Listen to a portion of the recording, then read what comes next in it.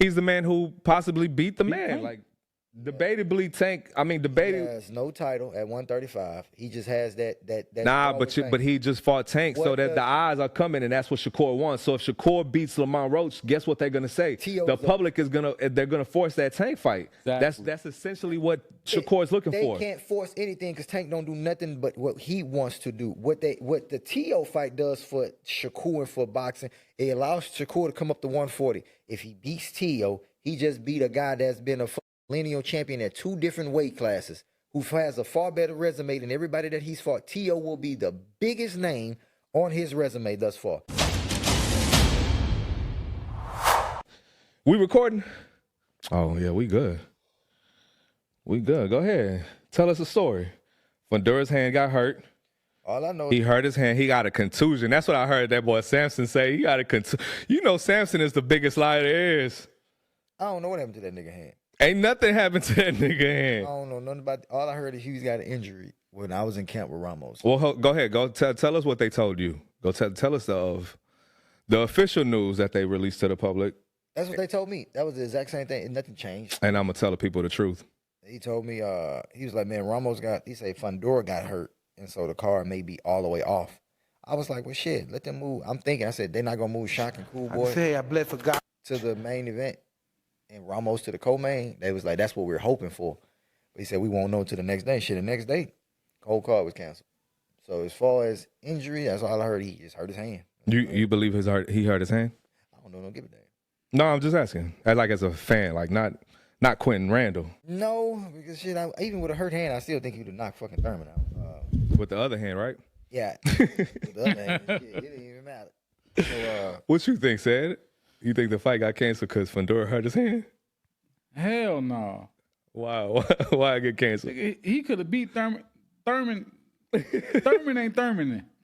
He ain't been one time in a long time, so he could have beat Thurman with just a jab. You don't think Thurman? You don't think Thurman did good with Brock? Brock Jarvis? Hey, the Mike Tyson clip should have came in. Sell us some shit, huh? Mike Tyson clip should have came in. Garbage. You could have paid me $100 to name Keith Thurman's last opponent. I don't know who that man was. Yeah, Jarvis, bro. We gonna remember Brock Jarvis opponents, man. Yeah, the robot. That's what he called it. You remember? Yeah, robot. Man, come on, man. You know what I'm saying? Well, Fundura's camp done this 2 times before. Samson came out, said Fundura's not going to be able to satisfy his mandatory because he hurt his hand. He just didn't want to fight the mandatory. Because Fundura came out later on and said, I don't know what they was talking about. I hurt my hand, I guess. It's like, I guess. You know what I'm saying? Yeah. That's what they want to say. Then there was another fight, remember, with the eye. With the eye. He's going to need No. The nose. The nose. Yep. Yes, sir. You're right. Yep. The nose. He had broken. It wasn't fully healed. And then Fundura came out and said, haven't cleared him yet. Fundura said, none of us came out hurt that fight. Neither fighter did damage to each other. We didn't hurt each other like that. Well, if that's the case, then I mean the car wasn't selling. Yeah, ain't nobody. Nobody was paying $80-something a watch for that shit. For Thurman, bro, come on, man. Because I mean, at the end of the day, hey man, these promoters got to recoup on their investment, man. If they're especially like PBC, if they're dishing out money, and then they're not heavily promoting it, with ads and stuff like that. But if they keep dishing out money, they got to recoup. And if it's not selling, how am I going to recoup on my investment? Yeah, for sure. Especially Al Heyman, because Amazon Prime just gave him a network. He still has to pay for everything. Yeah, PBC's still coming out of pocket. That's not. So hold on. Amazon ain't paying for nothing? Nah, if anything, PBC has to pay them. They have to give up a percentage. Hold on. So they just giving them a platform. Yeah. That's the reason then. Yeah. How like this shit ain't selling. Yeah, they got to recoup. Scrap that shit. Put Pitbull on, man. Yep. That Mexican gonna sell. That's December Put him 6th, on. Yep. Especially in San Antonio. Is that the card? December 6th, right? December 6th, yeah. San Antonio. In San Antonio too? Yeah, San Antonio. A Mexican headlining the card in San Antonio? Let's put him on. What's that card? Well, who else is on that card, Q? You got.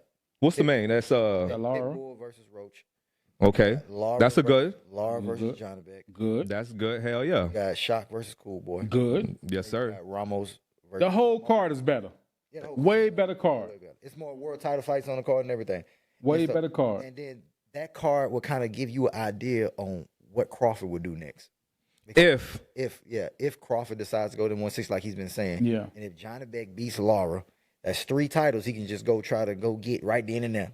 So that kind of gives you an idea. It'll probably put things in perspective for Crawford of where he won't go next. Yeah, that'll possibly get Crawford to undisputed, only 2 fights. Yeah. So it's Adamas. Y'all boys switch subjects fast, bro. I'm just saying. I'm still good with the $80. Like I'm paying $80 for that card. Like I'm still on that topic. I'm not paying shit. I'm going to that card. I'd rather go to it than pay $80 for it at home. It's in Texas. Oh yeah, I was gonna say that. Do y'all want to go to that? I'm going. I'm gonna be Ramos. I'm Ramos. Oh yeah. You. San Antonio. I'm going. I'm gonna see how many tickets I can get. If I can get y'all to get some tickets. Oh yeah, for sure. I was gonna say that's because if we can, that's a 3-hour drive. Yeah, and we can book it up. Yeah, and the tickets, take it on the road. How much y'all think the tickets would be for that? Have y'all checked? No. Yeah. We gotta think, man. Yeah, I was gonna say we could go to that. Al Heyman trying to recoup, man. He's trying to get every dollar. It's the wrong time to be looking at their tickets. What's the NBA team that jacked the prices up? Was that Dallas? That was the Dallas Mavericks jacked the prices up, bro. It's god damn. That's what Al's trying to do right now. He giving fighters +1. yeah. Ticket per family member. One ticket per fight. Everything else coming out the purse, out the back end. Al asking for, who you love the most in your family? Nigga, Al said you get 3 people in your corner. Not 4. You get 3. You get 3. How many comp tickets? 1. Who you love the most? Your biggest supporter. Your biggest, loudest supporter. You get a ticket, my boy. But that's overall better card though. Yeah. So Janet Beck and Lara, like y'all was saying, that gives Crawford the ability if he decides to come back to 60. Right. It gives perspective. I mean, he's going to 60. He's not standing at 68. Well, if he decides to come back, I mean, yeah. So it give him more of a perspective, give him more of an idea. Like if they felt, okay, cool, that's 3 titles right there in one fight. Yeah. There's only one other one out there, and I can choose to go for it because Johnny Beck already made it public known that he'll fight Crawford. Yeah. He said he hell, why wouldn't he? Yeah. So he said he want that fight. So if Crawford you got 3 titles. I mean, at this point, I think anybody, you turn down a Crawford fight right now, then you stupid. Yeah. Ridiculous. So it put things in perspective for him. It gives him and his team an opportunity to sit down and tell him, this is the better. Okay, cool. It's possible again to be undisputed in another weight class. Like it's really possible again. Yeah. So you can go from there. Now, same as if he beat Johnny Beck. If he beat Johnny Beck can just have a hard time. I mean, I want to see what Janet Beck look like versus. Well, this ain't the same Lara though. It ain't the same Lara.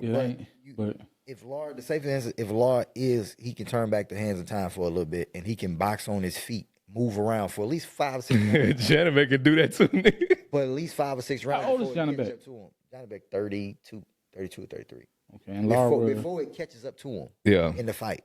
If he has success, Lara has success boxing and moving before his legs give out on him, then you can kind of imagine the sign of success Crawford to have. Crawford's a better striker, puncher, everything, and he can sustain. How tall is Lara? About 5'8"? Yeah, 5'8". Yeah. So can we say that at this point, I don't know. I mean, yeah, and that don't count because Lara had to look for him, and y'all know that's not really Lara's style. Yeah, so Lara had to look for him. Danny was just getting beat up. That motherfucker like a pinata. Yeah, it's a walking pinata. What y'all think he looked like last night versus Daniel Gonzalez? 4 rounds. He threw his signature left hook. Yeah, that's still there. He looked strong though. I'm gonna say that, but I think it was just because Daniel Gonzalez is used to fighting at 140, from my understanding, and I think he brought him up to 54. So all I'm gonna say is for me to be a dedicated person who watch boxing all the time, I can honestly say I ain't watch. I seen highlights. Yeah. I mean, I wasn't gonna watch. I had no intention on watching it because I was like, Danny, I don't know this dude you fight. Yeah. You doing this just so you can get a win and get back in the groove of things, but I just seen something about him want to fight Xander Zayas next. Xander beat the brakes off your ass. No. They asked him, "Is he really done?" That's what happened. They asked him, "Is he really done with boxing?" It has to make sense money. And the dude presented to him that scenario. Let's say Xander calls you and they offer you a title fight for the WBO. Would you come back? And Danny was like, you could tell he like that is a good offer type shit. In Puerto Rico, if it was a hypothetical, you know what I'm saying? And Danny, you could see he kind of was like, maybe, if the money's right. Yeah. But the money's never going to be right for Danny no more. Danny's not what he was. His name don't hold weight. The money's never going to be. And that's the reason why I honestly didn't watch the fight. I'm like, if it was a Danny who was active in boxing, versus somebody we don't know, then it'd be a different story for it'd you. be a different story. But you're not active. I don't know your opponent. I don't have the eyeballs for you right now. I'll go back and look at your highlights. I mean, it was just a regular Saturday night for me, though. So, I mean, what? That's what I'm saying. I thought y'all liked boxing. Yeah, we do. But was it boxing? I mean, there was some good cards. Who was on the card? There was a couple top ranked fighters that went over there. I sent y'all the shit. Y'all motherfuckers looking, y'all arguing about dog food and shit. It was more interesting. You know what I'm saying? I mean, come on, man. I'd rather pay $50 for a bag of dog food than that motherfucker. Hey, now that's one thing though. That car was it was about $40 or something like that. Hold on. Like Mike Tyson say, that car was garbage. I mean, you got Gabe Rosado. You know what I'm saying? Yeah. You had Chris Colbert. Gabe Rosado has the craziest record. That record? I got nothing but respect for Gabe Rosado, but when I looked at that record, I was like, 20 and 17. Rocky Balboa had a record like that. I think it's 18. Hold on, 18. Rocky Balboa had some wins. Did he win last night? Gabe? Yeah. Yeah, he won. He won. He had like Chris Colbert won. 19 losses too, though. Yeah. He had some crazy ass losses. But man, shit. Upside down record like a motherfucker. What do y'all? I mean, I didn't follow his career, so I know he didn't have that much of a amateur background. But is that what it was? Who? Gabe. He just came from the street straight to the ring. No, I watched Gabe Rosado. My first time watching Gabe Rosado was on Friday Night Fights. ESPN Friday Night Fights. He won the fight, and that was giving him the opportunity to fight on HBO. So he won them Friday Night Fights, but then he jumped up to HBO and decided to fight fucking Triple G, and almost got killed. That's that fight that made him famous, though. That's what. Bloody, got beat. And he was still in the fight. He didn't want to quit. Yeah. They had to pull him out the fight. He almost got killed in that fight, but I felt so bad for him. But then I know Bernard Hopkins took a liking to him. Because he from Philly. Yeah, Bernard took him under his wing, was showing him some things. I think, So I like Gabe. I've always had respect for Gabe Rosado, but Gabe, he never had a big win. No. He always lost his big fights. Gabe's name became big because he's an entertaining fighter. Yeah, he's gonna fight you. He's gonna give you a good run for your money. No, that's what it is. He's gonna put on good performances. Same thing, like, you know what I'm saying, like the Arturo Gottis and the Mickey Wards. They warriors. Yeah, but they won some big fights. Oh no, they did. But he beat John the bully. Back the bully. Yeah, back the bully. But who was back the bully? The dude that came back and whooped his ass in the rematch. So I give him his career. Well, it wasn't so much at the time. I'm sorry, Q. It wasn't so much of who he was. It was I think it was his position and just that the dude had his ranking and the dude had been knocking shit out up to that point. And Gabe Rosado was like the underdog. Yeah. And when he knocked him out, you know what I'm saying, they kind of gave him a second life or a third life or a fourth life. Did. So is there a fighter like that currently? Because I feel like you need them type of fighters. Jojo Diaz is like you said, you named Arturo Gotti. Yeah. You think Jojo Diaz? He's turning into that. He ain't won a fight. 9 fights in a row. What was it? Not 9, but about 5. About 7. I think you said it was. Yeah. 7 fights in a row. He ain't won no fight. Yeah, that's crazy. And he finna fight again. Yeah. So it's gonna be like who's finna fight? Kid Austin. Yeah, Kid Austin Schofield. So he gonna probably lose that one. He gonna lose that one. And then you think so? Yeah. He don't punch enough offensively. Offensively, he don't throw enough punches. I don't think he's gonna be able to hurt Kid Austin like he was hurting Regis. When is that fight? On the undercard? No, hell no. That's November. Y'all don't think that shit was crazy that Kid Austin was about to fight Shakur? Y'all know that shit was about to happen. Bro, for him to go to Tevin Farmer and Jojo after trying to fight, like actually about to happen, fighting Shakur, bro, Shakur was going. They seen that Shakur versus Williams of Payton. They were like, yeah, we're going to stay away from that for right now. We're going to go another direction. So, but I think that fight is November what, 30th? When did Darius fight? No, they fight in Dallas. They fight in Dallas on the Luben undercard. The Luben and Virgil, that's yes. in a couple of weeks. Yeah, a couple of weeks, yeah. Decent card. November 6th and November 7th. 2 weeks, actually. 2 or 3 weeks. Who on that? That's coming up, huh? Yeah. You got Luben. Y'all want to go to that if it's in Dallas? I ain't gonna be here. Oh yeah, you'll be gone. And said, don't hang out with me. Man, stupid. But y'all, hey, whoa, what are we doing? Oh yeah. You know, it's crazy because what are we doing? Where I'm from, they say B2A, BTA. Hey, hold up. But I tell them I'm the buckle. It hurt more. It hurt more. That was the. Hey, I don't know what we doing. That was the corny. I don't know what we doing. Hey, yeah, that was the illest nigga in Nebraska. Hey, but what we doing? What we doing? Hey, put your phones down. Don't even skip. Hey, keep it right there. Y'all know what it is, man. Hey, this is the Agnew Podcast, Boxing and Beyond. And hey, we was missing them for like what, about 2-3 episodes? Two, three. Hey, man, y'all know to the left of me. Hey, he back. Yeah, man, what it do, He man? back. My gout was flaring up, but I'm back. He back like he left something, man. Q. Y'all know what it is, man. You know what I'm saying? What it is. Y'all know we always cooking with Val, man. You dig? Sure. Hey, and y'all know who I am, man. Hey, I'm saying from the shot, you dig? Hey. Make sure I'm good and right. You know what I'm saying? Make sure everything good and tight, you dig? But like I said, hey, this is the AP, the Agnew Podcast, Boxing and Beyond. Where we bring you, man.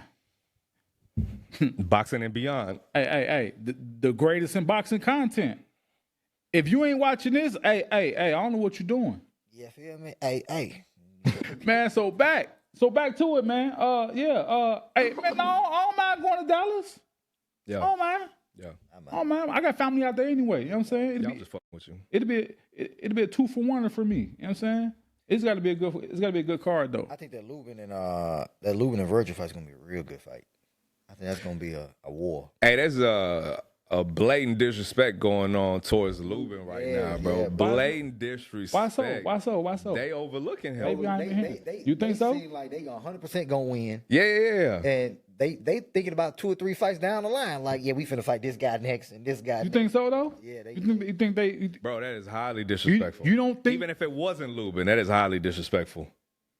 They already got their 2-3 fights. Think about B-Ball already having his next fight. Bro, the ink hasn't even dried up in your contract with him, and they already negotiating for 2 fights in, bro. Come on, that's disrespectful, bro. That means they don't think highly of you. Hey, They think he finna get you up out of there. hey, but what I'm saying is, What you saying, Sid? no, I'm saying like, is it wrong for them to think so? Yeah, I think. I mean, because this version of Luben, is it wrong? What you This mean? version of Luben is still solid. Yeah, it's still solid. Still solid. Still strong. Still fast. Still solid to give But listen, you talking about Verge that test that Virgil is a guy who been dropped so many times. He got dropped twice as last. So against who? not like last. Bachram. But Bachram was a punch. Okay, Luben can punch too. But Luben can punch. Luben and is, Was it Bachram or Bohochuk? Because we be messing them names up. for no, real. no, it was Bohochuk. It was Bohochuk. But listen, I'm too big. Yeah, we crossing them, yeah. but listen, even if so, Luben still has power. Luben is still sharp. He still got speed and he still got good timing and accuracy. You ain't necessarily got to have the type of power that Bohochuk had, but you got power, you got timing, you got accuracy. It can just take one punch to put you on the chin, man. I agree. On the chin. And Virgil has been hurt several times in his career. Yeah. Several. But I think rightfully so. It's a reason that they're doing it.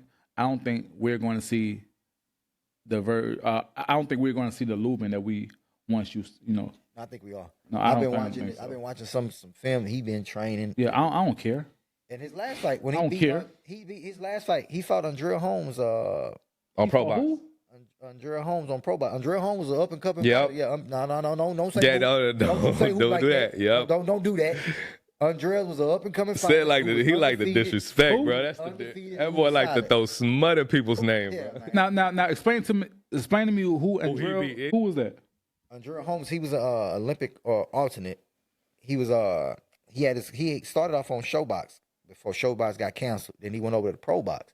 He was undefeated, bro. Dude who had a solid record. Like he wasn't nothing like He was undefeated. Yeah, he was undefeated. Yeah, he was undefeated. And he was in that was for the IBF Eliminator as well. Andrea Holmes. That's like the third O that Luben has taken. Yeah, he was dude. Andrea Holmes. Luben has fought like 3 undefeated fighters in a row, I think. Yeah, he stopped Andrea in like the 9th or the 10th round. Oh, he stopped him. In the IBF Eliminator. Oh. Nigga, stop saying it like that. You Yeah, know bro. you See, gotta he be said he funny. being an asshole right Right. now, bro. I said it being an Oh, asshole. He I stopped him. wonder if he's gonna catch Yeah. him. I'm just saying he stopped him. Oh, He like, y'all over here talking about Andrea Holmes like the world know Andrea Holmes. Hey, boxing, dude. Yeah, the boxing and beyond, dude. But how far did this? You said the boxing. How far is the beyond part? You say beyond. How far Boxing world. Closet space. Said closet space. No, man, because, hey, man, if the casuals don't know you, you ain't heard of. Nah, that don't mean you not a good fighter. No, man, look, man. We're not doing that. Man, look, That man. don't mean you're not a good fighter.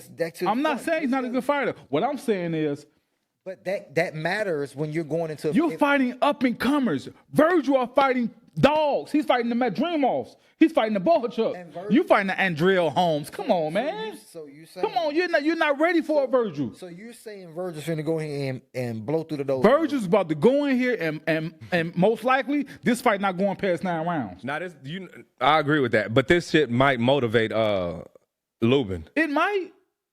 That's a big ass mic. Nah, we not. That's a little man, that's a big ass mic. mic. Another thing people fail to realize is, look, man, boxing is a brutal sport. That Fundora fight took way more out of Luben than it did with Fundora.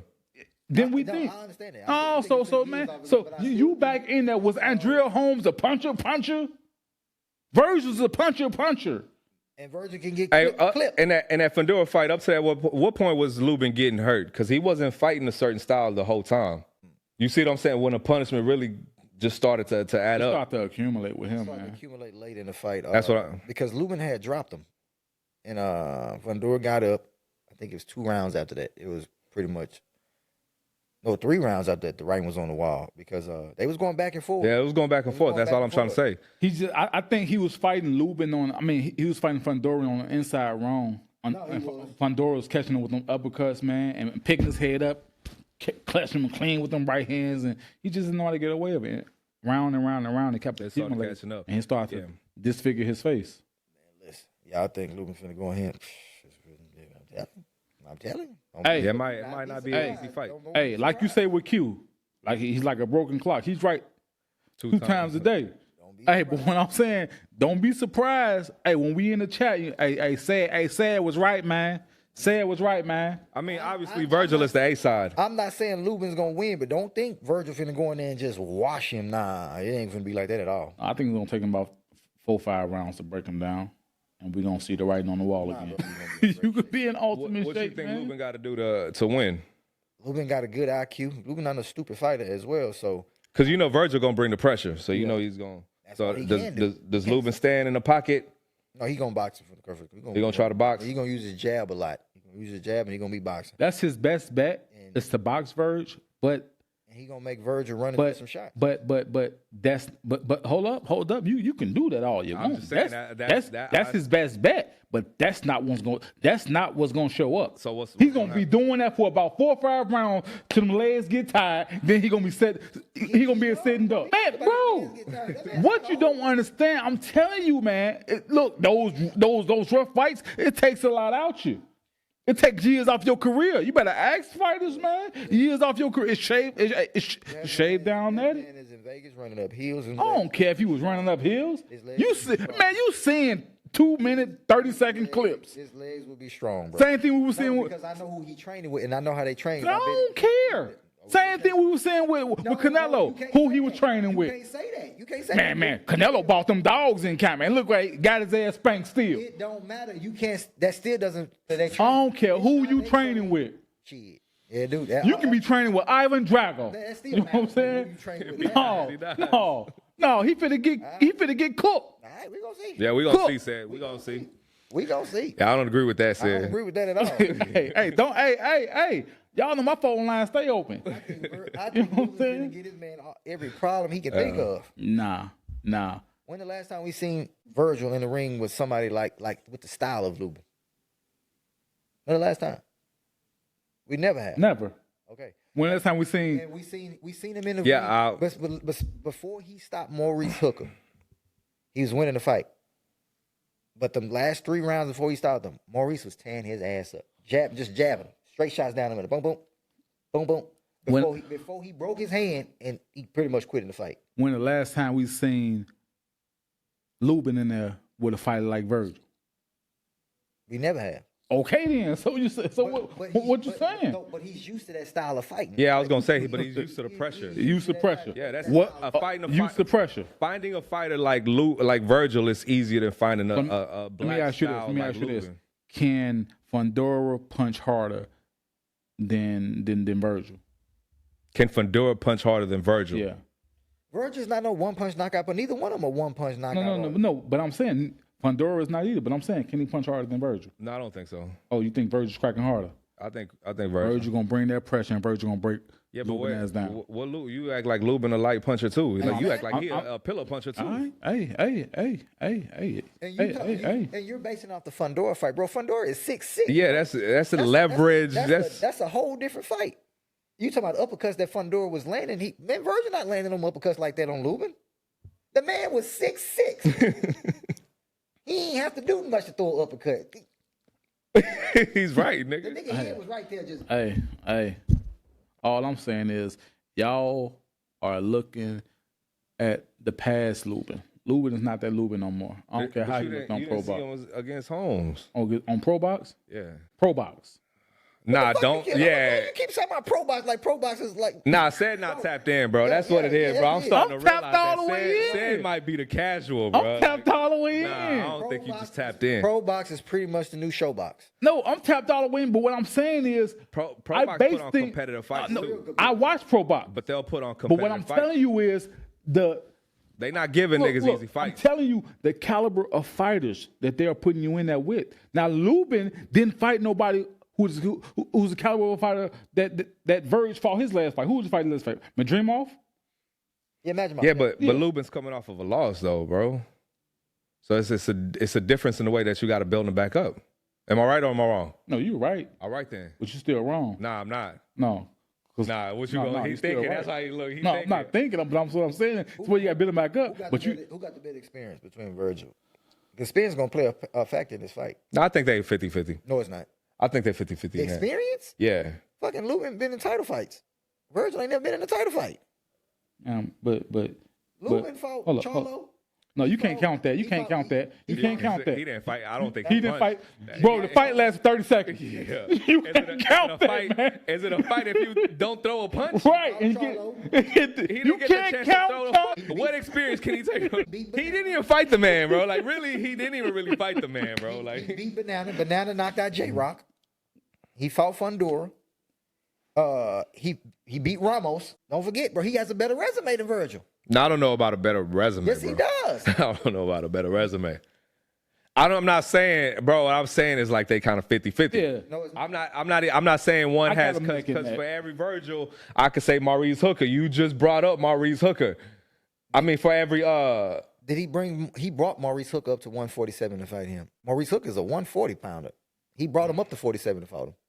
bro. That's the thing. We could do this all day though. No, hell no. Luben got a better resume. Virgil. We can go to the next subject because y'all niggas crazy about that. Y'all think that. Yeah. It's 50-50. I think it's 50-50. She ain't no 50-50. 50-50, man. 50-50. That's 50-50 with me, man. But That's gonna be a good one in Dallas. You got Kid Austin on that card versus that punching bag. what y'all think about that fight?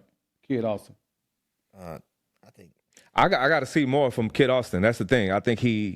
I don't like his fighting style, but he seems like a rugged kid. So I just got to see more from him versus somebody that's a little bit more. How you see this fight going? But old dude what's the dude he fighting? What's the name? I think Schofield gonna stop him. Yeah, I think so too because he get hit. He's fighting what's his Jojo. name? Jojo Diaz. Yeah, he's fighting Jojo get Diaz. hit too much, too flush. Who? Jojo get. Oh hit yeah, too much, and too you just said he don't have his offense and shit. So Yeah. I think I don't even. That's not a fight I'm paying attention to like that. I think not? I think Schofield should stop him.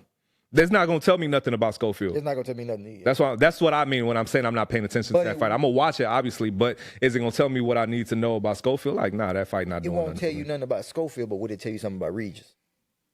That he ain't got the punching power no more? If Schofield do it, and Regis built his career off punching power. I'm knocking dudes out. Bro, y'all seen that clip of Regis when he swung at Jack Cattle and he fell.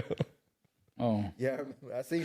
That shit making is trending on. No, I ain't see it. I ain't see it. I mean, I think Regis- I remember what you're talking about when I Regis reacted to it when I watched on the Twitter. fight.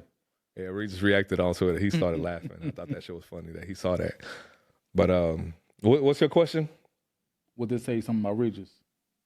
about Regis punching power not being there no more? If Kid Austin stops him, and Regis hit Jojo with some shit. Yeah, it might. Okay. So what would it tell you about? What would it tell you about Kid Austin if he don't get him on body? Nothing. Because I've seen him go. What was it? He went 10 rounds with that other Hispanic dude before. Yeah. Before he had the fight with Shakur, and dude dropped him in the last round. Yeah, I'm not too sure about Schofield's power. That's what I'm saying. It's like I think he a front runner. I think his power is there in the first couple rounds. Yeah. But as the fight wanes on, it ain't there no more. He ain't nobody who carried their power throughout the duration of the fight. Got you. Okay. I mean, we shall see. It's still good fights coming up. You know what I'm saying? We can still got a little time to that fight.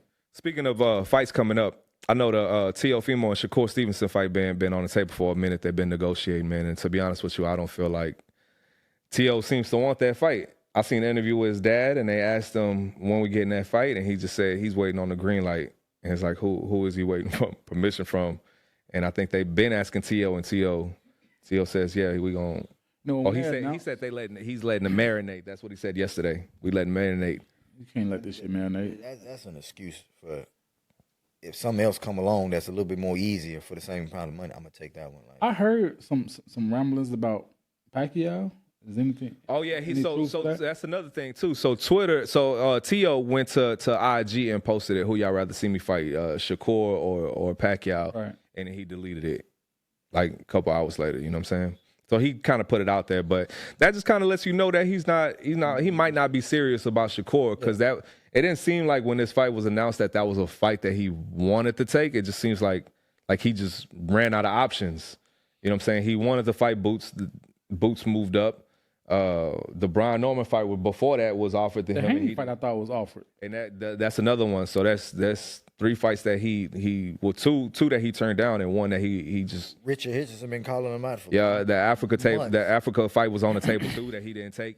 So I think the Shakur when he took the Shakur, I think it's like I'm out of options type shit, and I think he's not dealing with Top Rank either. So he doesn't have that backing for whatever that's worth right now, right? At this point, then based off the way he's moving, I think Teo is just trying to hold on to that WBO title as long as he can. At this point, because all the fights at 140 for you have run away. But listen to this: out of all the fighters, out of Teo, Shakur, Devin, Ryan, all the names that he's always been associated with, he is the brokest.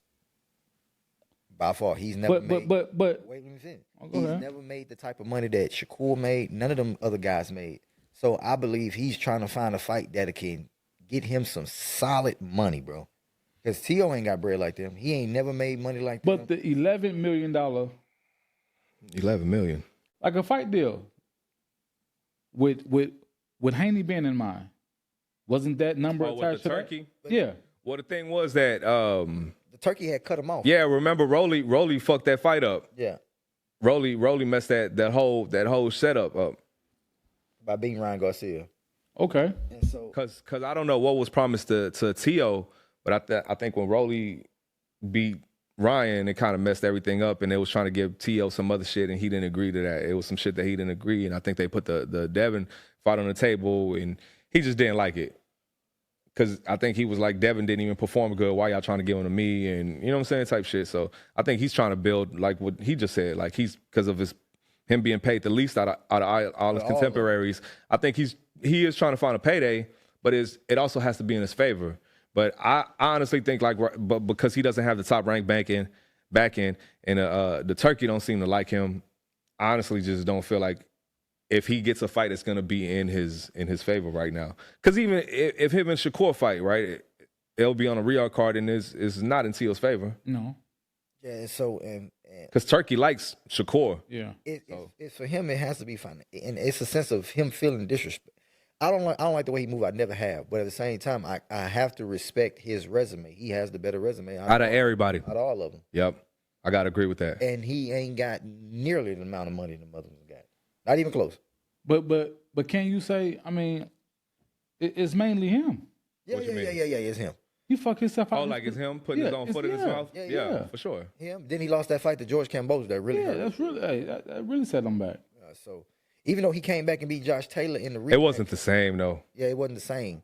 But that loss was devastating for his career. That was devastating. Has it been that, or has it been his performances? Because he had the Ocampo performance. Well, he stopped Ocampo, but it wasn't. The Josh Taylor performance was beautiful. No, But the what's his name? Sandor? Jermaine Ortiz and the Sandor Martin, that people say he possibly lost. Yeah, he lost.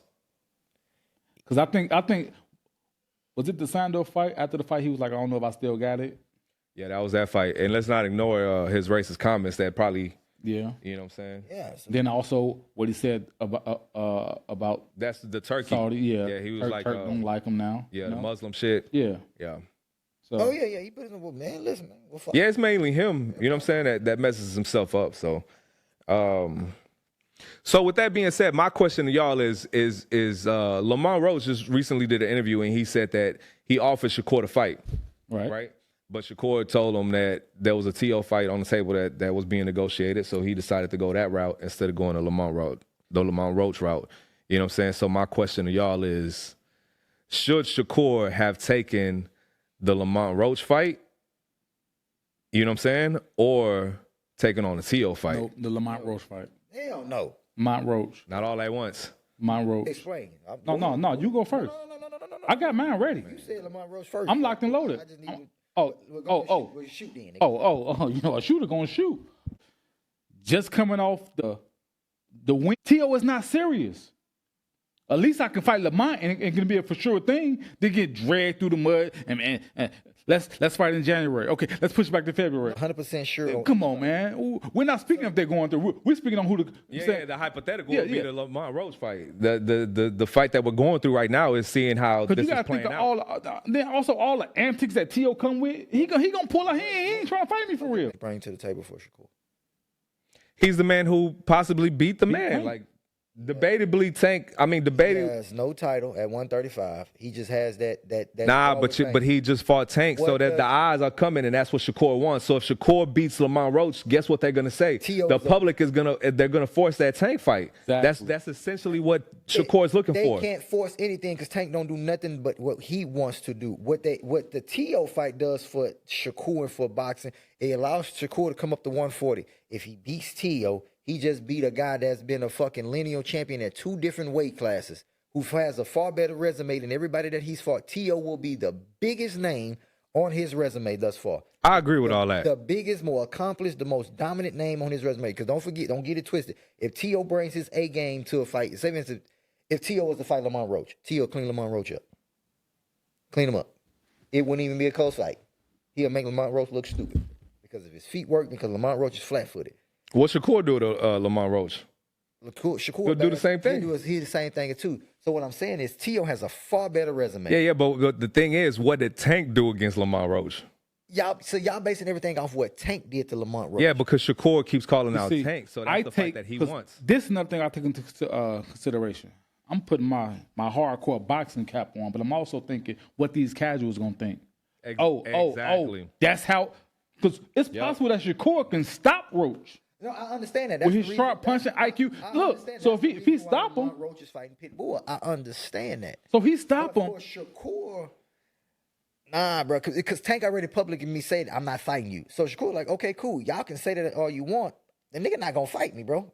No matter if I beat Lamont Roach, if I beat him, like if I stop him and knock him out, the dude already said he's not fighting me. Dude already said he's not giving me a payday as if I'm not making bread already. So that is pointless. No, what I'm saying is, I feel like it'll do more for Shakur. I beat one of Tank's opponents who gave Tank a draw in a more spectacular performance. It's going to draw the crowd toward me. Okay.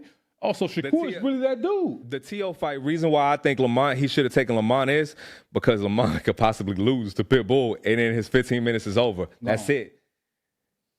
T.O. is a far bigger name. And T.O.'s going to be there. T.O. is going to be there.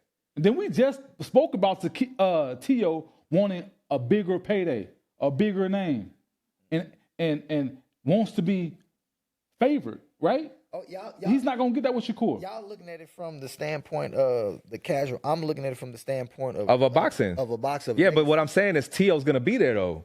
T.O.'s gonna be there. T.O. ain't going nowhere. T.O. fuck around and lose his next fight too. To who? Yeah, to who? To who? If he fight Africa, he's not fighting Africa. Yeah, he's not fighting Africa. He's not fighting Africa. But he's putting himself in a position. He's not fighting Africa. He has to fight somebody of note, bro. He has to fight somebody of note. He can't fight no bum. Ain't nobody finna pay for it. Yeah, nobody's gonna put T.O. on their card if he's fighting a bum. He has to fight a world champion that is pretty solid. What card is he fighting Africa on? It'll be on the fucking the zone card or Real card. He's not fighting Africa. Yeah, he's not fighting. He don't want that fight. Really? Even if it's not Africa, nobody's going to put Tio on their card. Give me he's fighting a world champion. Okay, give me a realistic opponent Tio can fight. As of right now, so Africa's the only one that's available. Realistic. We know he's not fighting that man. Tio want to give me right now. If he wanted to fight Africa, he would have fought him. Honestly, because if he wanted to fight any of these, they got the same manager. That's the thing. So he can't fight Super. But you're not saying any though. You saying he can't fight Super. Super is already scheduled to fight old dude in January this year. Antoine is finna fight on the Jake Paul tank undercard. So what he's gonna do? Move up to 47 to fight fucking Mario Barrios? That's possible. I mean, it's possible. That's possible. That's more than possible. But at 40, let's stay at 40. What? He has no options at 40. So that's why Shakur's going up to fight him. He has no options at 40. Well, that's what I said. I feel like he took that fight because he has to, because he's just out of options. But realistically, he don't really seem like he wants to fight Shakur, so he definitely wasn't going to fight Africa. Anybody who gives him too much movement, he's not. Okay, technically, he's not really out of options. He can go at 40. He's out of options. He can go up to 147 because the dude that just won IBF title, he can fight him. He can fight Mario Barrios because Barrios has a WBC. Who just won the IBF? The dude that just beat is it Crockett? Yeah, Crockett. He just won. He just beat Bro, I'm not even tapped in. I'm not even knowing. What? Crockett. At 40? At 47. Oh, 47. I'm not tapped in, bro. He just won because he fought the dude in the rematch. Remember in the first fight, the dude won because he got disqualified because he hit him after the bell. What was it? I fought the dude in the amateurs. Crockett. I don't know what fight you're talking about. Yeah. So you got Crockett that got the IBF title. He has no fight schedule. And you got Mario Barrios, who is the weakest champion in the goddamn weakest champion probably in all of the sport. He got the WBC. Yeah. I don't so think. you can no. Tio must definitely go to 147 to beat Barrios. He ain't going to 47. Why not? He ain't going to 47. You can get a fight with Brian Norman. You can unify with Brian Norman. Devin Haney's at 47. Tio don't even got power at 40. Going up to 47. No, that wasn't stopping him though. He didn't need power versus Josh Taylor. Yeah, he just beat on him. And he had enough power to back Josh Taylor ass up off him because he hurt Josh Taylor with body shots. Lewis Crocker. Yeah. His last name Crockett. Crocker. Yeah. Crockett. He just fought. Yeah, Lewis Crocker. That's what I'm saying. Lewis Crocker. I'm looking at it. He just beat Patty Donovan. Yeah, I'm looking at it. So, and why wouldn't Tio want to go to 47? Devin Haney just moved up to 47. You still want to fight Devin Haney? I can go. Devin Haney's finna fight Brian Norman for He didn't want to fight Devin Haney. want to fight Devin Haney. Listen, let me finish. Devin Haney's going up to fight Brian Norman for that title. Say for instance, Devin Haney win that title because it's a good chance he's going. He had a chance to fight Brian Norman. He didn't want to fight Brian Norman. Okay, but if Devin Haney beats Brian Norman, Brian Norman's out. He still don't have to fight him. Especially if I go up to beat Barrios, I still don't have to fight Brian Norman. But this is all based on a hypothetical. If he moves to 47, and he didn't, he had the opportunity to go to 47 and fight Brian Norman. He didn't want to do it. He wanted to fight Boots. Boots didn't want to fight him. I don't think. So what I'm saying is, he had the opportunity to fight Devin. He didn't want to fight Devin. I just think the money wasn't right for him to fight. I just think he probably wanted more money to fight Brian Norman than what they was up because. Now he wanted it was the venue. Remember, he wanted to fight in California. Yeah, so it wasn't that he didn't want to fight Brian. It was just the venue. The venue was trash though. Like you don't sell Tio, so I understand that. I understand what Top Rank was doing. Like, bro, you're not finna put no asses. Yeah, but he don't fight it. He don't fight. He doesn't have a fan base in California. No, that's what I'm saying. I understand. Oh, okay, yeah. For not putting them on that card. But I still, bro, I'm just thinking if Shakur fights Tio, we are all more tuned in than if Shakur fights Lamont Roach. We are all more tuned in, especially us as boxing fans, because we know what type of skills Tio got. Because even though we had probably had Shakur winning that fight, Tio is still skillful enough, and then we can say when Tio is in a big fight, he step up to the plate. He's always shown us that. When he's in a big fight, when the marbles are the chips are all in the middle of the table, he steps up. He steps up in a big way. All right, so to cap that off, you saying Tio or I'm saying Shakur should have fought Tio. Shakur best should have fought Tio. Yeah. What you think? Roach. I think Roach too. Because Roach was serious. Roach came to him but and said, let's fight. Y'all saying, I understand that. And Shakur agreed to it. Y'all saying that if this is going to lead to a Tank fight, when Tank No, I'm not saying it's going to lead to a Tank fight. What I'm saying is it'll do more for Shakur's profile. Yep. Because you're going to gain that. You might gain some of them Tank fans as well. Or people who used to be Tank fans. That's it. It'll do more for his profile. That's it. Because more people are attaching themselves, more casuals are attaching themselves to Lamont Roach based off how he looked against Tank. Okay, why wouldn't he gain some of Tank's fans? Man, people don't mess with people. Wait, You ain't let me finish, nigga. Yeah, I wanted to hear this because I got an answer ready. Because if Tank sit here and said it, I'm not fighting you. He took it. And his fans is going to say, he went away from the question. His fans going to be now like, go back to the question. What was the question?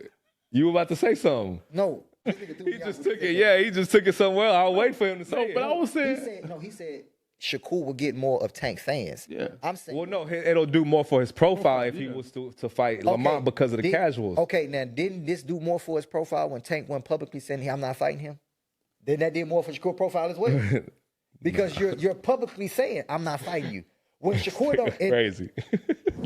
when Tank says I'm not giving you a payday, and niggas know Shakur not hurt for no bread. It don't do more for my profile by fighting Tio because casuals don't really rock with Tio. Yes, like All that. the people who watched the Tank fight and feel that Tank lost that fight, if Shakur goes in there and demolishes Lamont Roach, then guess what? It'll raise his profile. That's all we're saying. And just to put this on, put a bow tie on this motherfucker. You just said T.O. don't sell because he's the least paid fighter. So only thing that he would do is for the belts. The Roach does more for his profile because it'll raise his profile. The T.O. fight, I mean, it'll do something for his legacy, but that's it. It'll do something for his legacy. No. It would he just dropped the nuke on you, man. It would do something he just for dropped the his nuke on you. legacy. It would do something for his legacy. It'll win him another title in another division. Bro, for him to go to 140 and beat T.O., well, you know what that's saying? You know what that's doing? But we know he could beat T.O. We know he could beat T.O. We see T.O.'s weaknesses. It's still going up to 140, beating that man, taking his title. No, that's still a lot, especially if T.O. It is. I'm not downplaying that. I'm not, because it's for a lineal belt too. I'm not downplaying that. But the Lamont Roach fight does more for his profile. I understand it. And T.O., and don't get me wrong, T.O.'s two biggest wins are against who? Josh Taylor and Lomachenko. And what were both of them? Lineal champions. Outside of that, they were Unified. They were both southpaws. Oh, okay. So, and Shakur was a southpaw. What is he saying? I'm not saying T.O. going to win. I think Shakur will cook him at the same time. So why you even bring that up? Hey. But because T.O. has all the skills in the world, but I still think Shakur cook him. I think Shakur could beat a lot of elite niggas. Hey, moving on to another debate that we just had this past week, man. Where said try to slander Claressa Shields' name and said that. You want me to play the clip? Yeah, man. Well, let's lay it out, though. The debate was that you were saying that Claressa Shields hasn't fought anybody or that she ducks her opponent. That's what he said, right? Cap. Is that what he was initially talking to you? He said Claressa Shields be ducking shit. I think it started with the Tank, right? When she made the comments about Tank. Yeah. Okay, yeah. And she said that Tank should be fighting all these niggas that call him out because if you really better than come smash them niggas, right? Yeah. And you said, how can she say that if she doesn't do that herself? She don't. Yes, she do. She don't. You fucking liar. She don't. Bro, you lying. And you said she was running from Shadasia Greene. Yeah. Play the clip. Hold up. You said she's running from Shadasia. Before I play the clip, real quick. You know what? I think you feel that way about Claressa because you was on the amateur team, so you got a soft spot for these niggas. I wasn't on the team with Claressa. Claressa was before me. She was before you? Yeah, she was before me. When I was on the USA team, you still come from that background, so you got a soft spot. That's all he wanted to say. Play the clip. Nah, facts are facts, Ed. He dated her. Play the clip. Can't do nothing, and guess what? I know y'all mad about what I said about Tank, but guess what? All y'all girls that be talking stuff about me, I'm coming to get you. Get you.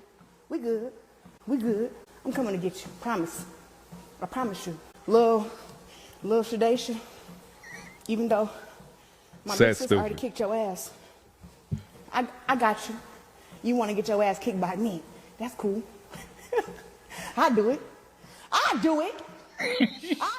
Yeah, you can stop it. What we doing? So Come on, man. So no. My question to you is, what female fighter has called Claressa out that she did not fight? Just I'm listening. Shadasia. No, nigga. Shadasia was in line to get the fight. Shadasia. She lost. I don't care, Shadasia. No, that's no. Shadasia. No. I'm still going there. Shadasia. You're wrong. You know why? No, because look, I'm a boxer. Let me finish cooking. Let me cook. Go ahead, cook. They were both lined up. Bro, they both had fights lined up. Shadasia lost hers. Okay. Claressa moved on. You lost your position. You lost your shit. You lost your fight, so I moved on. If you was in line, say this, if you had a fight, say this before you fought Kovalev, and you lost to somebody before you fought Kovalev, you was supposed to be fighting Kovalev next, and you lost. Nigga, they gonna move on from you. Nigga, they not gonna look at you just because you just lost. You think you finna deserve a title? They will. They would. No, they would not. No. I said they will move on. He's agreeing. So why? So Hold up. Let me finish cooking. There's nothing you can say that's gonna make sense, but go ahead. If I lost in my previous fight before I fought Kovalev, they gonna move on. But then my next fight, I fight for a title and I win. Oh, they got their eyeballs back on me. But they both had fights lined up, so that's why she's calling. But look, let's run it. That's what she's She doing. ain't gonna run it. She just running her mouth. How much you want to bet they fight? I bet you they. She gonna continue to run her mouth. That's all she do. She want to fight an old ass Layla Ali, man. There's several other factors that could make that. Clarissa's a free agent right now. She's not working with Salita. I guarantee you it won't be Clarissa fault if they don't. All right. Well, I don't think it'll just be the business because she's a free agent right now. She's not working with Salita no more, and is over at MVP. Mm-hmm. So if she wants to fight her, it would have to be over at MVP. And she gonna end up putting her own foot in her own damn mouth and missing on a good payday again. Her and Jake don't have the best relationship. And it's not because she's scared of Shadasia or she's ducking Shadasia. It's because she don't know how to do business. It'll be strictly the business part. She don't know how to do business. But it's not because I'm ducking you can't say her. that. How she don't know how to do business. What are you talking about? She don't know how to do business. Because the biggest move would have been if she would have just did business with Jake. She's in contract with She was in contract with Salita. She still could have did. She can't bring her team together to do business with Jake. Other people have done it. But she was still doing her own thing. No, she was over there downing Jake Paul. I would never fight this man's undercard. She was. But you seen what Amanda Serrano and Katie Taylor did. She was still okay. They needed Jake. She didn't need Jake. They needed Jake. Yeah, they needed Jake. They needed Jake. Serrano needed Jake. She said it before. Her biggest purse before Jake Paul was what, 30,000? She said she wasn't doing shit. She was finna retire. She needed Jake. Clarissa didn't need them. Now look who need Jake. She don't need him now. Yeah, she don't need him now. No, she don't, bro. All right. We gonna see. We gonna see. She don't need the We nigga gonna see. Bro, she didn't need him before. She don't need him now. Look, her 15 minutes of fame of this nigga, you can't do her that. 15 minutes of fame with this little dispute she had going on with Layla. Layla just pulled out the whole trail of receipts. Look, stop the cap. Why she kept come on, man. Clarissa is the best female fighter, bro, and she's proven it. What I'm saying is, I'm not saying Clarissa ain't she ain't like that. She like that. Stop saying she ducking. But no, hold up. No, she don't. Who she ducked though? She ducked Shadasia. No, stop. I'm standing on. How, nigga? I'm standing on. That's a lie. She ducked her. Shadasia Greene lost her fight. She ducked her.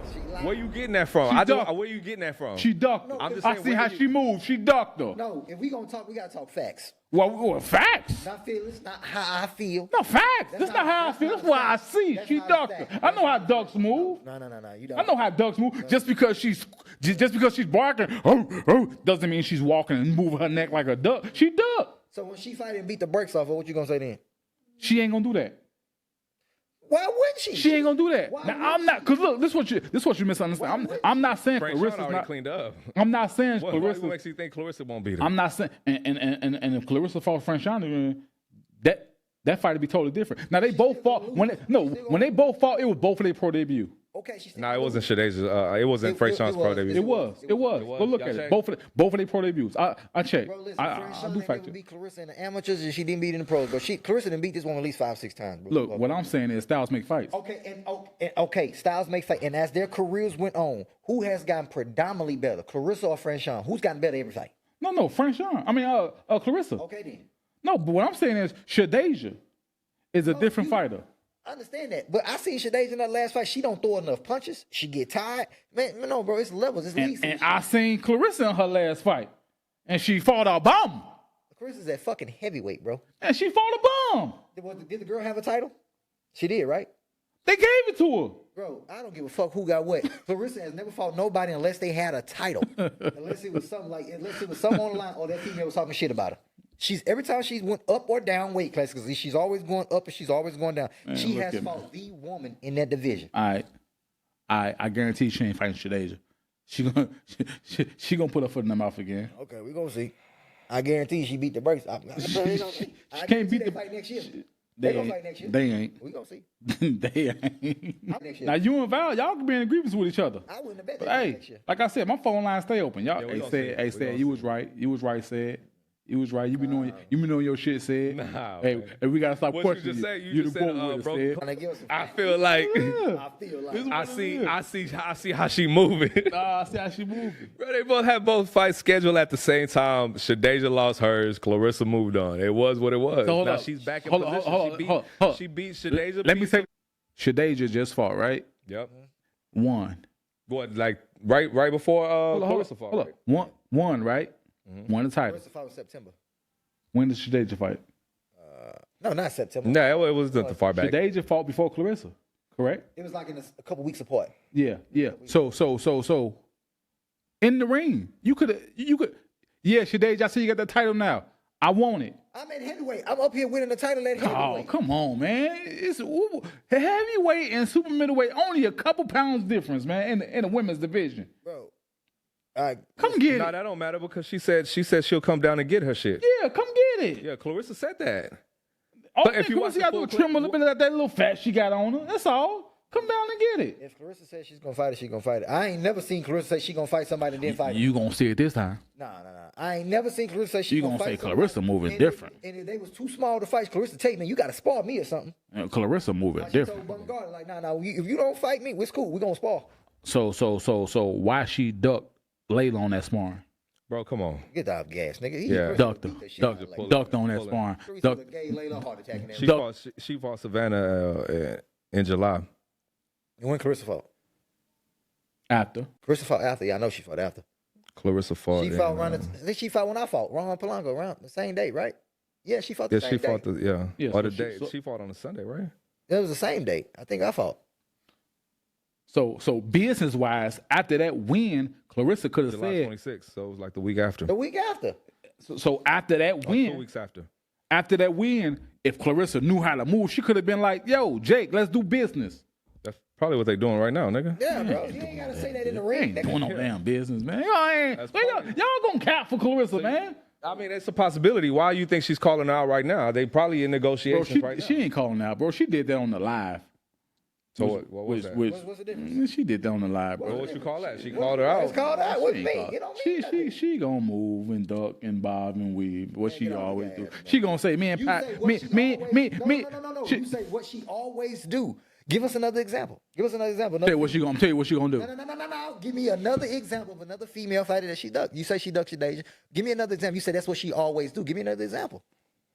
You just said it. I can't give you another one right now. She ain't never done that. No. These females' names, I mean, and my fault, but these female names don't ring bells in my head because I don't be watching them like that. No. So you don't know. No, I only pay attention to the females who I need to watch. Like the Shadasia Greenes, the Savannah Marshalls, the Francine Cruz, the Claressa Shields, the Amanda Serrano. I pay attention to those, Elisa Baumgartner. But these other ones. Casual. That's what he's saying right here. When it comes to female boxing, yeah, I'm a super casual when it comes to female boxing. Y'all are too. No, I know female fighters. Name me 15 female fighters. 15? Yeah. That's it. Sugar Neeks. No, not you, because you a boxer. Name me 15 female fighters. No, what? No, I gotta ask Val. No, we're not doing that right now. Come on, let's move on. Let's move on, man. Nah, I ain't gonna get stuck. That's easy. I know it is. Don't stop thinking of it before we head next, that's man. easy. Because we're gonna skip past that. We already talked about that Luben joint, but yeah, you sent me a clip with Luben. Oh, you want to go back to that? I don't know if you want to go back. Let's go back. Because he wasn't here to slander Boots. Oh, yeah, he sure wasn't here. He wasn't here to throw. And we was missing your little, you know what I'm saying, input. Man, I don't think I got to say about Boots is he did exactly what he was supposed to do against a no-name fighter. A dude who ain't got no amateur background and dude who only got 12 fights and he already got a loss. No. Come on, man. So he did exactly what he was supposed to do. I ain't never heard of man. Add 2 more fights to that. I ain't never heard of Lemon. He said, don't get on the highway with that motherfucker. It was a Lemon. He did what he was supposed to do. He did what he was supposed to do. And so I thought he was going to knock him out. First round, I didn't think it was going to be in the first round, but I thought the dude wasn't going to go past 4 rounds. Hey, he did what he was supposed to do. Now, you got your tune-up fight. You said you wanted your tune-up. We don't need to see you in the second tune-up at all. So if you're not fighting, what to do, Boachuk? Boachuk is ready. You said you want to fight every champion in the division. These are just words that came out of your mouth. That man tweeted immediately, I'm ready. So if your next conversation, Virgil is scheduled already. Xander is scheduled. You talking about Bakram? Bakram, yeah. Yeah, so He messing these names. And that's the champion, right? Bakram. Bakram said he was ready. So if your next conversation is not in negotiations with Bakram for a world title fight, then you lying. Then what you said in the ring did not matter because everybody else is scheduled to fight. Everybody else in the division is scheduled to fight that has a world title. He does not. He has been sitting down since he since he knocked out Timzu. Yeah. So if your next conversation, if Eddie Hearn is not on the phone to negotiate talks about a potential fight, our next fight, not a potential fight, our next fight is with him, then you lying. Then what you said was cap. Because that man said he ready. Eddie Hearn's supposed to be the best promoter in the sport. He's a goddamn smooth talker, so no. You can't sell that to me. It's the reason why the Philly fans, why it didn't sell out. Because the Philly fans, bro, Philly is a boxing town. They're a little fed up. But besides that, it's not necessarily fed up. It's a boxing town. It's a boxing state. They say he only did 10. Everybody in 10's not bad, but 10's not bad. But I think the arena hold what 17, 17. So that's 10. bad, bro. The arena holds 17,000. You only did 10. That's bad. And you're from here.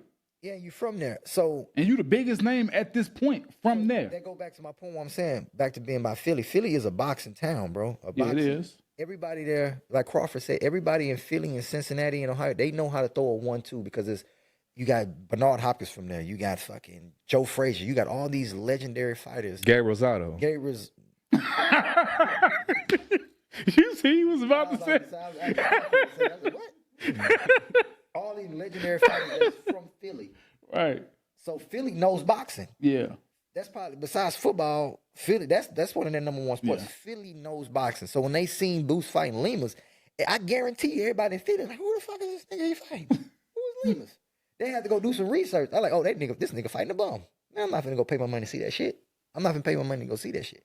The real hardcore Philly boxing fans knew that he was finna fight, that he was fighting a bum. And some of them was like, bruh, Boots, I know you're gonna beat him. I'm gonna support you. I'm gonna support you from at the house though. I don't want to spend my money to go watch you fight this goddamn bum that I know you finna knock out. I'd rather sit at home and watch this shit on the television instead of spending my money driving, paying gas, go to this venue, paying for tickets and going through all that. I don't want to see that. Philly is real diehard boxing fan. Now, if he was fighting somebody of note that had a bigger name, I guarantee you that place would have been packed out. Not because of the other name, because they understood Boots is finna fight somebody real solid. He's about to fight a real opponent. We gonna be there for it. I guess just go straight into the Luben clip. Fight instead. No. Because he doesn't have a belt? No. He ain't got no belt, number one. And he ain't fight nobody, honestly. Lima is a prospect, if you ask me. They handed him one, for him to go look good in his hometown, 154-pound debut. It's cool, you know what I mean? Like, he did what he had to do against the dude.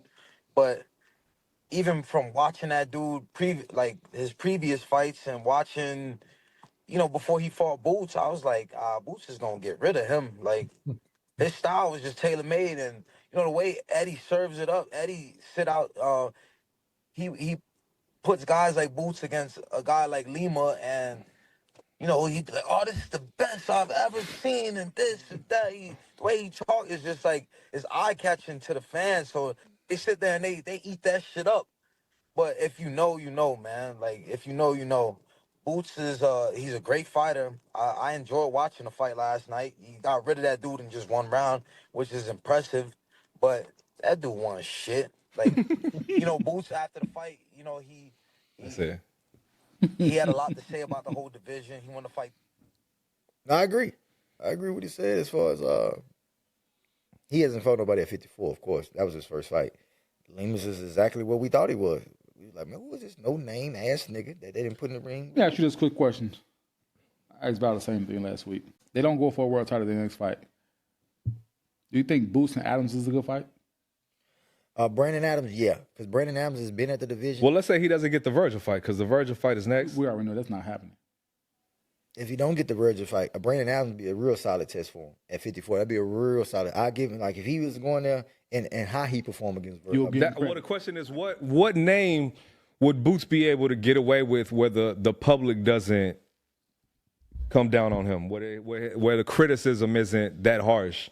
Brandon Adams. If it's not a champion and if it's not Virgil. Brandon Adams.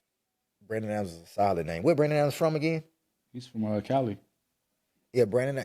That's a name that the boxing world is familiar with. Somewhere around that way, yeah. He's a credible opponent. Just beat Bohachuk 2 times. Yeah, he knocked him out the first time too. So, that's a solid name. That'll be I thought so. Yeah, that's a real solid. I'm trying to think of anybody else. No, it'd have to be him. Anybody else, you'd be like, nigga, you cherry picking again. Now, Brandon Adams, that's a solid name. Okay. Because Brandon Adams has only lost one fight at 54. Only. Remember, he goes up weight classes. Yeah. All his losses are at 160. He's only ever lost one fight at 154. And that fight was a split decision when a lot of people thought he won when he fought Andreas Kakarakis. And so he lost to Charlo, though, didn't he? that was at 60. That was at 60. Remember they had put the WBC title, it was vacant. That's when Maul won the title. Okay. They put it up for grabs in that fight. I went to that fight. So yeah, that'll be a good fight. That'll be a solid fight. Oh yeah, he did lose at 54 when he lost what's his name? Andreas Kakarakis. That was his only. Which in my opinion, I thought he won too. I thought he won. And Andreas my boy, but I thought that second half of the fight, I thought Brandon Adams in his bag. I thought he was looking spectacular. That was like less than a year ago, right? I think he spoke about that fight. He said he was getting hit with all kind of low blows and shit. You know what I'm saying? Referee Was that was here in Houston, huh? That was here in Houston. Yeah. That was here in Houston. And he lost by split decision. No, that wasn't here in Houston. I think it was in Cali. That wasn't here. No, because Forrest had the. It couldn't have been in Cali. That was. I mean, it wasn't here though. It wasn't here. I know for a fact it wasn't here in Houston. It wasn't here. Mm-hmm. So, yeah, I think that'll be a good fight for him. Because who else you gonna fight? Ennis, he just lost. Yeah, he just lost. So we don't want to see you fight him. We don't want to see you fight somebody that just lost, and he got dropped his last round. So we don't want to see you fight him. What other big name is that at 54 that don't have a world title? There isn't. That's not Virgil. That's not Virgil. Yeah, there ain't too many. That's it. Yeah. Yeah. So Brandon Adams, that'd be a solid name. Good fight. Okay. Good name. So this is I guess this topic is maybe like a week old, you know what I'm saying? But Ryan Garcia was on Inside the Ring with Max Kellerman and them, and I guess the topic that they had was Triple G first ballot Hall of Famer, and Brian said that he wasn't. So I don't know if you want to go ahead and play the clip. Yeah.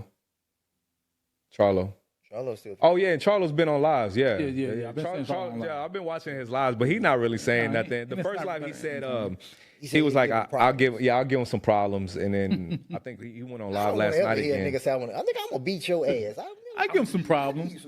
That's basically like saying I'm gonna lose. I'm gonna give you a little run for your money before you whip my ass. No. Well, last night he got a little bit more bold. Where he was like, "Y'all, I'm knocking shit out." You know what I'm saying? If I touch it with one of these, like, Charlo ain't Charlo no more. Nah, we can't say that. You can't say that. No. No. I'm not saying Charlo, he ain't still that dude, but I'm saying the way he's talking now. Yeah, I give him some problems. No, because I think he understands how the Houston looks at him now and how the boxing world. I don't care. Look, you still stand on your shit though. Yeah. Because shit, he was the man at 54. Yeah. And he didn't talk like I give him problems. No, I beat that motherfucker ass. He been out for a minute though, so he not in the boxing zone. I think we can't judge him too hard on that until he comes back. And if he's still talking, he been out 2.5 years. I am. Still talk that greasy shit. You've been out of boxing, so it's not the same. You see what I'm saying? Like once you back training and you in that zone, then it's like. I said from the couch. Say it with your chest. I said from the couch. You know what I'm saying? Boots. I beat that motherfucker ass. Don't put that nigga in the same category with my name. You're crazy. You know what I'm saying? But let's go ahead and Ryan Garcia on Inside. Yeah. Ryan Garcia Inside the Ring. But I don't think I take any of those guys. Because well, one, Triple G had no really great victories. I mean, who did he beat? You know, well, Canelo. A lot of people think he won the first fight. It was a draw, and Canelo's a great fighter. Well, he didn't, though, but he didn't. We can think all even we a draw against Canelo at Canelo's best. You know? The thing what I will give him, though, is he was one of the superstars in boxing at a certain time for a long time. I will give him that. But for me, I think it's just a little hard for me to put somebody in the Hall of Fame. Like, to say Hall of Fame, that means, like, dang, like, you What you about just did telling the different. story of the era? You could not tell the story of an era without including Triple G. What about that? Do you subscribe to that Hall of Fame theory? I do. I mean, I do see that, but we're talking about Hall of Fame. We're not talking about eras. You know, I'm talking about, like, overall, all of boxing. You know what I mean? I just don't see him as a Hall of Fame. Yeah, I can't give him that nod. But, hey. That's a legitimate point of view. I wish Turkey was around back then when he was fighting because. Ryan Garcia need to get his bum ass up out of here. Hell yeah, Triple G is the first ballot Hall of Fame. First ballot? I'm saying he's first ballot because, look, you can't blame the man for that. That's the people that was in his division. He fought Everybody who's in his division. Yep, that was ranked. Anybody worth fighting that was ranked, he fought them. Andre Ward wasn't in his weight class, he wasn't man. in his weight class. Andre Ward was at 68 at the time. Yep. 68. Okay. We're talking about 60. They could have made it a catch weight. Man, look, that's a different weight class. And then, but Andre Ward them sent them an offer. They didn't. They said no. They weren't. 68. Okay. So we're talking about 60. At 60. There's a interview with Tom Loeffler where he's talking about that specifically. Go ahead. I'm going to look for it. I think, is he a Hall of Famer? Yes. I got to give it to him because 20 title defenses? Just because of that. He tied Bernard Hopkins. I give it to him just because of that, not because of the opposition he fought, just because he defended his title 20 times. The longevity. Hopkins, 2012, he signed with K2 in 2012, got with HBO immediately after that, and just dominated from 2012 to 2018. Based on longevity and him fighting everybody that's ranked, it's like you gotta give it up to him. Yeah, but I also seen him fight niggas that was ranked number 20 and number 19 because he wasn't fighting guys. Remember, that was the problem with Triple G. News like, bro, you're not fighting nobody in the top 5. You're fighting guys number 15 to 25. That was a problem. That was a question for a while. Remember that. Don't forget. Don't y'all forget, because Charlo wanted to fight him when Ma was at 160. Like, don't forget, bro. Yeah, but that was on his way out, though. He retired maybe one fight after that. He might have fought Murata. No. Was that around the time when he fought Murata? No, this is a little bit before that. Because when Charlo was at 60, Triple G was at 162, and it was a talk.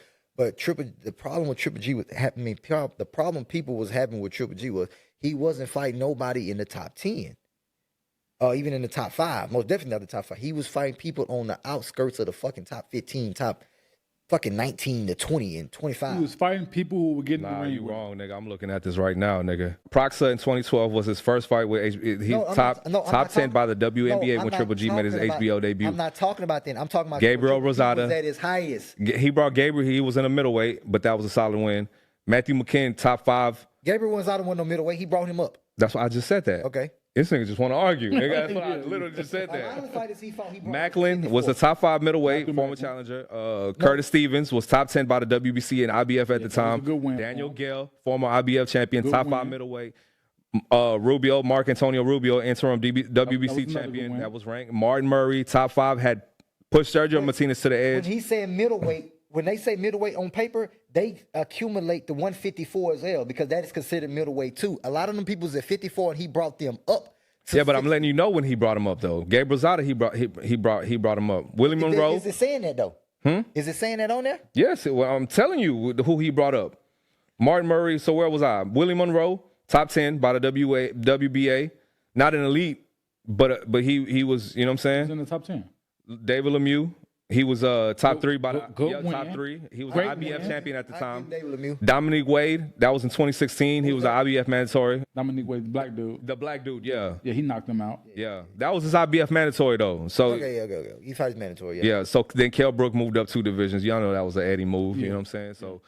Daniel Jacobs after that was top 2 middleweight, and he had the WBA belt. I give Daniel Jacobs. Then he fought Canelo back to back. You know what I'm saying? So he moved up and fought him. Derevchenko, top 3 at the time when he fought him. Murata, that's the fight that I'm talking about. You know Murata was ranked he was top 5 at least at the time, and then he fought Canelo, nigga. Hall of Fame. Bro, what are you talking about? Top 20. I give him. He said he was bringing top 20. I told you, Q be wrong a lot. He a shooter. He gonna keep doing this until he start making. Man, let me go back to looking for this Tom Loeffler shit that I was looking for. Go ahead, y'all keep moving. But he's definitely a Hall of Famer. First ballot to me. I say he's a Hall of Famer because of his longevity. I give him. I like the David. When he beat David Lemieux, I thought that was a solid win for him. When he beat Daniel Jacobs, I thought that was a solid win. But you don't think when he beat Curtis Stevens it was a solid win? No. Curtis Stevens already had some ills already on his record. Curtis Stevens already has some. Curtis Stevens just got a little fame because he had that highlight reel knockout. Who did he knock out? And he knocked him out dramatically too. Yeah, he did. He was still top 10 though by the WBC and the IBF at the time. Then he came back and got knocked out dramatically by Triple G. Oh, here go right here. But Curtis Stevens was just a solid opponent. But I give David Lemieux. And Daniel Jacobs. Matter of fact, David Lemieux the one who knocked out Curtis Stevens. Yeah, he did. And highlighted. Put that boy on the poster. But I think Triple G did it first though. No, that was after. Go first? That's how David Lemieux got the fight with Triple G. No, but I'm saying, did Triple G fight Curtis Stevens first, or David Lemieux first. No, Triple G fought Curtis Stevens first. That's what I'm saying. And then David Lemieux fought him too. But what I'm saying is Triple G knocked out Curtis Stevens first.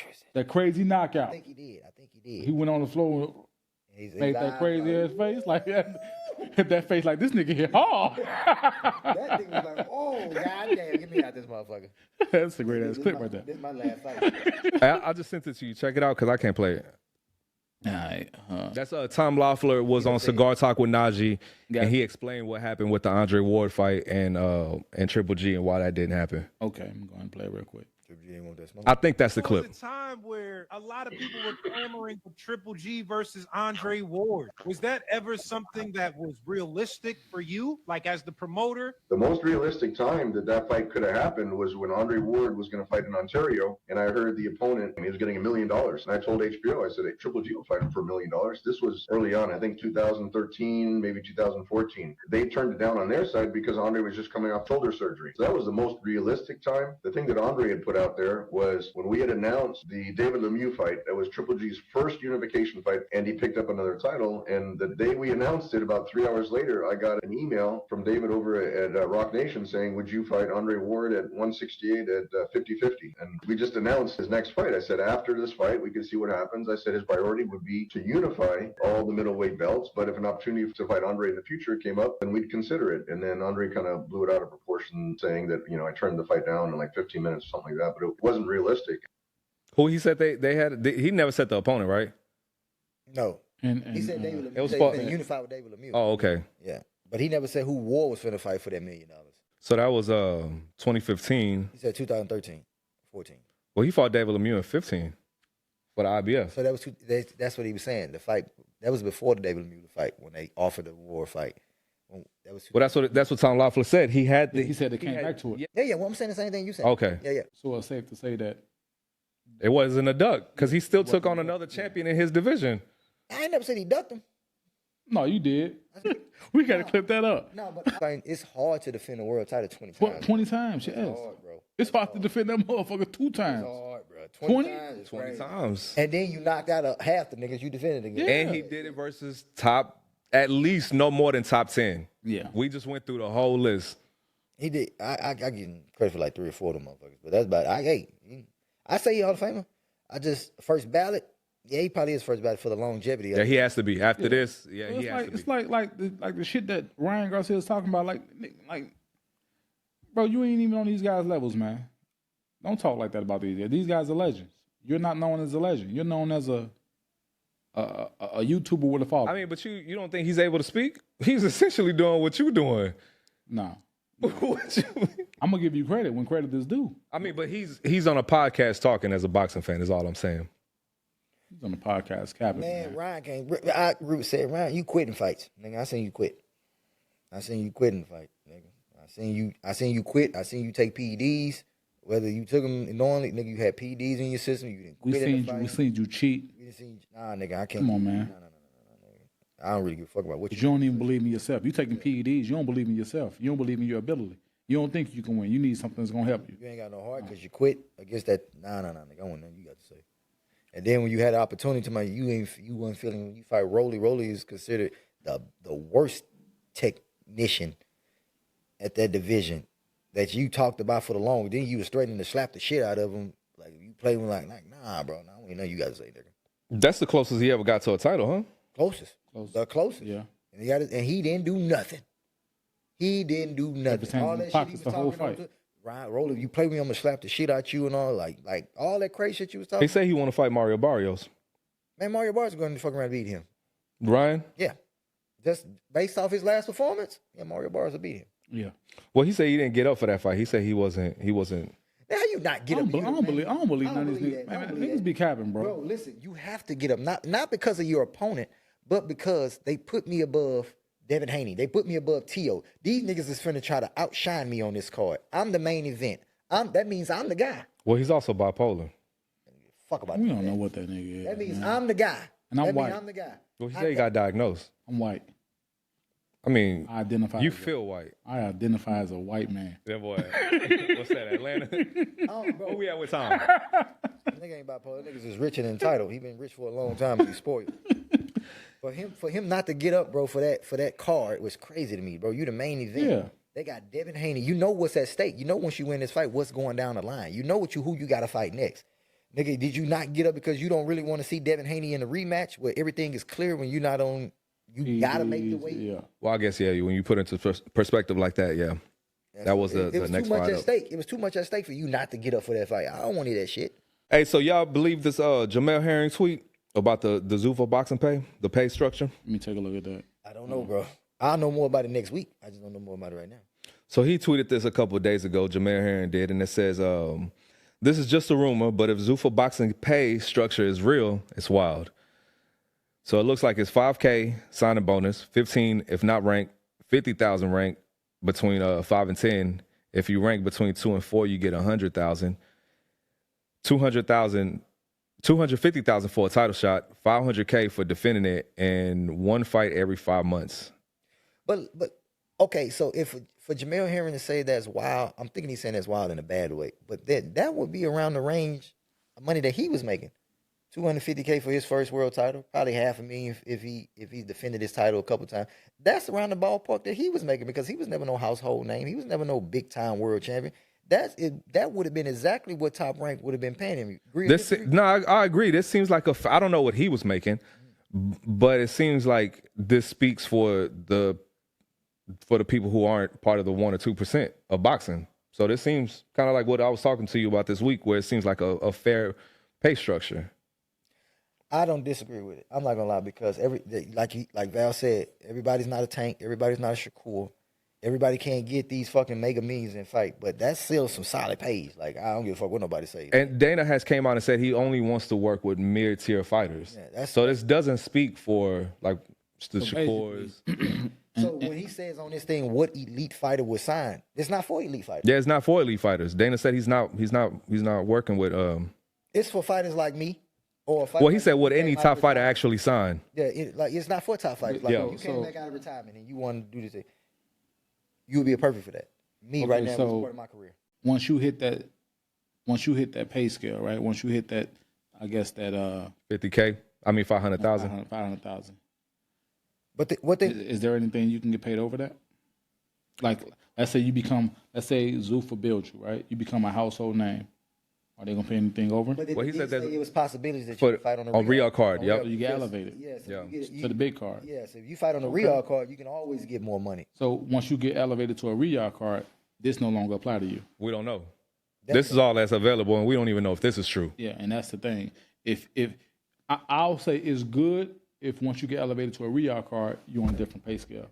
But then we also know Dana White has also been known to give fighters bonuses, like $1 million bonuses. That's what I was telling y'all. A $500,000. Like I've heard several UFC fighters say, "Man, okay, you got fight of the night, you get $1 million." Like with the Mbili and Lester Martinez, they both got $100,000 a piece. That was Dana White's idea. Oh, for the fight of the fight of the card. Yeah, and Brandon Adams got $100,000 because he won fight the other night. He beat old buddy. So he's been known to do this. That's been his motto. So yeah, it's money. There's money there. You know, when they talk about Dana in a pay scale and he doesn't pay the UFC fighters, I've only seen it applied to like the McGregors and the top of the top. You know what I'm saying? I mean, the top of the top. Like when they talk about the pay structure and he doesn't pay his fighters, I don't know if it applies to all his fighters, but I've seen it apply to McGregor because McGregor was bigger than the UFC at some point, right? Also applied to Francis Ngannou. Oh yeah, also. I mean, I'm not familiar with the names. That's why I just said the top fighters. You know what I'm saying? So whoever that is, but. But I think he don't pay all of his fighters what they should be getting paid. I mean, but what if this is similar to what the pay structure over there is? I don't think it is. Why? Do you think it's less? It's been known that they fighters over that they don't make what boxers make. And I'm talking about like low level boxers. They don't make what they make. Yeah, I don't necessarily want to take the conversation to the UFC because I'm not familiar. You know what I'm saying? So what they got, what they don't have. Do they have insurance? Do they? You know what I'm saying? Like health coverage. Like what's? That's the thing to add though. Now, if Dana's giving you insurance, hey, that's a good perk. Because boxing don't give you that. Well, from my understanding, this would be part of the UBO. Okay. And the new revival act that fighters would get. I'm against it until I see what's all in that Yeah, in that fine right. We got to see what's in it. Yeah. I'm saying, like, if the health insurance is in that and shit like that, I mean, I'll let y'all know soon. Yeah. I'll let y'all know real soon. Definitely. But then I can get my full opinion on it. Yeah. Until then, everything comes out, because right now it's just a lot of speculation, a lot of talking, a lot of bashing, fear mongering, and shit like that. So it's hard to say what's real and what's not. So. Yeah, and then there might be something in it. Also, I don't know, because it could be something in it that's good for boxers that the real promoters don't want their boxers to find out about. You know what I'm saying? Well, that's what I was telling y'all. I think with the Revival Act, it adds more transparency. Right. I think the thing is, right, this is the thing that people are scared of, right, is the UBO working alongside with the promoter, because then they in cahoots together. Right. And at that point, who checks the UBO? Like, who's there making sure that the UBO is doing shit correctly and not. Right, yeah. So I think that's what people are scared of. But as far as the transparency, I think what I told you, like, you just get offered your purse. You don't know what you don't see the books. You don't see what the full money is on the table. You just know what's offered to you, and then you negotiate from there. And it's either yes or no at that point. But it's still the same thing. You know what I'm saying? The WBA works for Al Heyman. The WBC has always worked with Top Rank type shit. You know what I'm saying? So what would be the difference between TKO and Zuffa Boxing having their own belt than what's already going on in boxing? I don't know. Al Heyman works as an advisor, but TGB and Sampson are the promoters that work for him. You know what I'm saying? Are they going to do what Al Heyman? You know what I'm saying? Are they not going to work with Al Heyman? They going to do what this man says. So ultimately, is all it's all the same shit. It's the same shit. Al Heyman overpaid his fighters. Like, we paid them on the back end. Like, come on, man. It's all the same shit. I don't know. Once more that writing come out, then we can really talk about it. Yeah. Until then, you know what I'm saying? We just all speculating. Man, close us out, Sid. All right, man. That was all the topics? That was everything? That was everything. You over there hungry than a motherfucker. Yeah. This nigga getting little about a second. But y'all know what it is, man. Hey. It's the Egg New Podcast, man. Boxing and Beyond. Well, we talk great boxing content, great boxing topics all the time, man. All the time. Y'all know who we here with. Hey, Q. Hey, he ain't finna be here too much longer, though. I think he gonna have one more show with us. Then he going back into camp, man. Yes, sir. Trying to cook something up big. Pause. So I can come back and talk about it on the pod. Man. Hopefully, you know what I'm saying? I'm always all goes well with that, inshallah. Whole bunch of shit I know I don't talk about on this podcast because fighters confide in me. I can't. We gonna take his word for it. But y'all know what it is, man. Val, Q, say it. Hey, join us next time. I mean.